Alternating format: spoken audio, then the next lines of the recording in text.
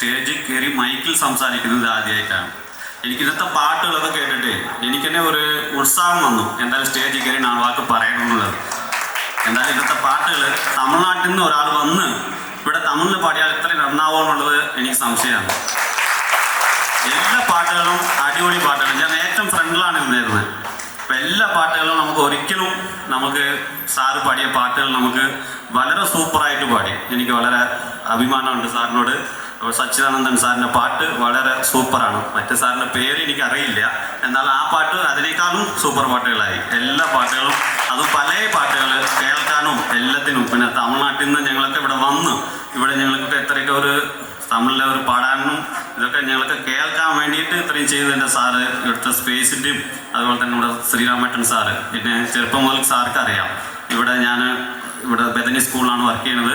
അച്ഛന്മാരുടെ കൂടെ 10-25 കൊല്ലമായി ഇവിടെ ഞാൻ വർക്ക് ചെയ്യുന്നു. ഞാൻ ഒന്നുമില്ലാതെ വെറും 10ാം ക്ലാസ് കഴിഞ്ഞു ഇവിടെ സ്കൂളിലെ അച്ഛന്മാരെ സഹായിക്കാൻ വേണ്ടിയിട്ടും വന്നിട്ടുള്ള ഒരാളാണ്. ഇവിടെ ഇപ്പോൾ ഞാൻ പ്രിൻസിപ്പാൾ കഴിഞ്ഞാൽ ചിലപ്പോൾ അടുത്ത പോസ്റ്റ് എനിക്കായിരിക്കും തോന്നുന്നു.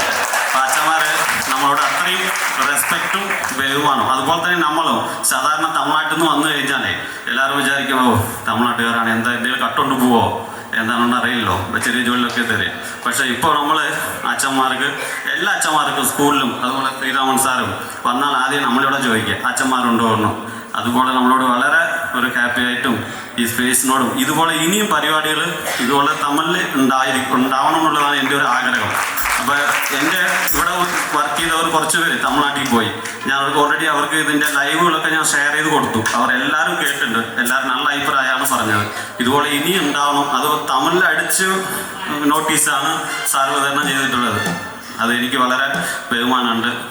സ്പേസിനോട് എനിക്ക് ഒരുപാട് കടപ്പാടുണ്ട്. Thank you.